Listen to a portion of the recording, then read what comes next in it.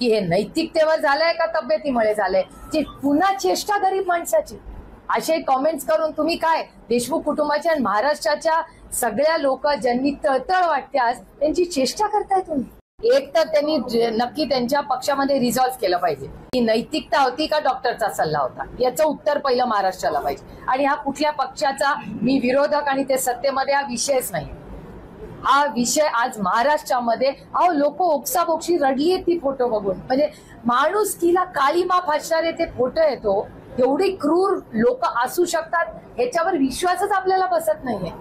म्हणजे अशी हत्या कोणी करू शकतं? ही हैवान आहेत, ही माणसं नाही आहेत, हे हैवान आहेत. आणि हे तुमच्या माझ्या सुसंस्कृत महाराष्ट्रात, आपल्या सुसंस्कृत बीड जिल्ह्यात होत आहे. ह्याचं वेदना होता. तो अतिशय सुसंस्कृत आहे बीड जिल्हा. खूप मोठे लेखक, कवी, कर्तृत्ववान लोक त्या जिल्ह्याने दिले त्या राज्याला आणि या देशाला.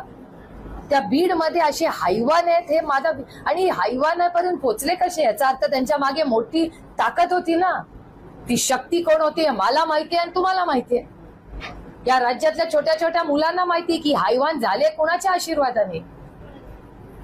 आणि नैतिकता वगैरे सोडावं त्यांच्या डिक्शनरी मधले शब्द. असं वाटतं की कदाचित DCM आणि पुण्याचे पालकमंत्री आणि भुजबळ साहेब त्यांना दोघांना वाटलेही असेल की नैतिकतेने आपण निर्णय घ्यावा. उशिरा का होईना, देर आहे दुरुस्त आहे. उशिरा का होईना नैतिकता जर आठवली असेल तर मी त्याचं स्वागत करीन. मी उगाच विरोधात आहे म्हणून टीका करत बसणार नाही. पण जर भुजबळ साहेब आणि पुण्याच्या पालकमंत्र्यांनी नैतिकता हा शब्द वापरला असेल तर मी त्याचं मनापासून स्वागत करते.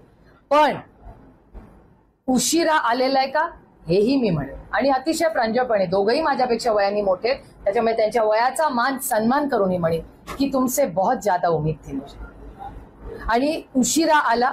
आणि त्यानंतर धनंजय मुंडे म्हणतात की मी आजारी आहे म्हणून केलं.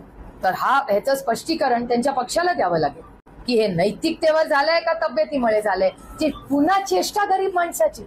असे कॉमेंट्स करून तुम्ही काय देशमुख कुटुंबाच्या आणि महाराष्ट्राच्या सगळ्या लोक ज्यांनी तळतळ वाटते आज त्यांची चेष्टा करताय तुम्ही.